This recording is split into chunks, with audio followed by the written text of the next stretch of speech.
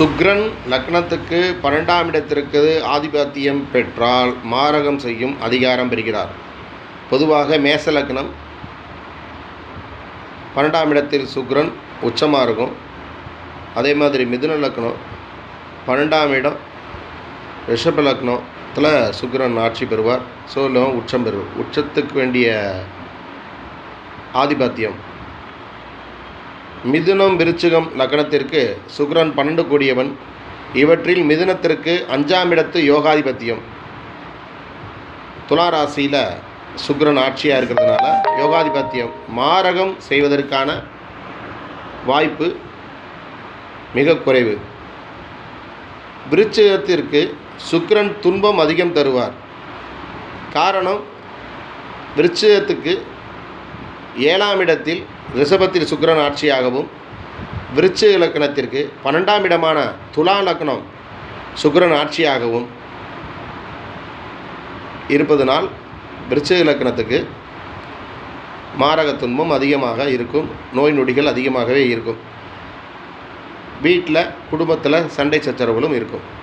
5இல் சுக்கிரன் உச்சம் பெற்று நிறைந்த பொருளோடு துணைவர் மனைவி அல்லது துணைவர் வாய்ப்பும். ஆனால் குடும்பத்தில் சகா சண்டை சச்சரவுகள் தொடர்ந்து கொண்டே இருக்கும்.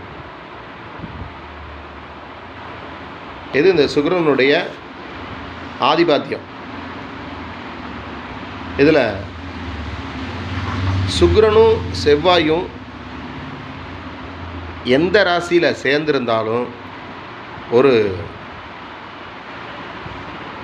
காதல் அன்னோனியம் சிறந்து விளங்கும்.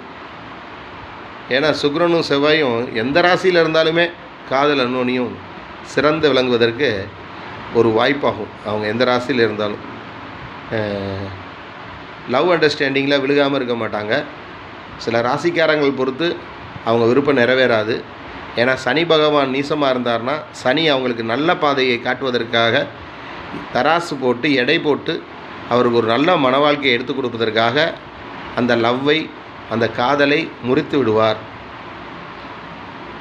ஆமாம், சில இடங்களில் ராகு பகவான் அவங்களுக்கு மகரத்தில் இருந்தாலோ ராகு பகவான் ரிஷபத்தில் இருந்தாலோ சில ராசிக்காரர்களுக்கு அந்த செவ்வாயும் சுக்கிரனும் சேர்ந்து இருந்துச்சுன்னா ஏதாவது ஒரு ராசியில் ராகு பகவானும் அந்த காதலை கெடுத்து விடுவார். அதே சமயத்தில் அதே ராகு பகவான் கெடுத்த காதலை நல்ல ஒரு மன வாழ்க்கையை முடித்து வைப்பார். ராகுவை போல் கொடுப்பார் இல்லை, கேதுவை போல் கெடுப்பார் இல்லை. ஜெய் ஸ்ரீராம்.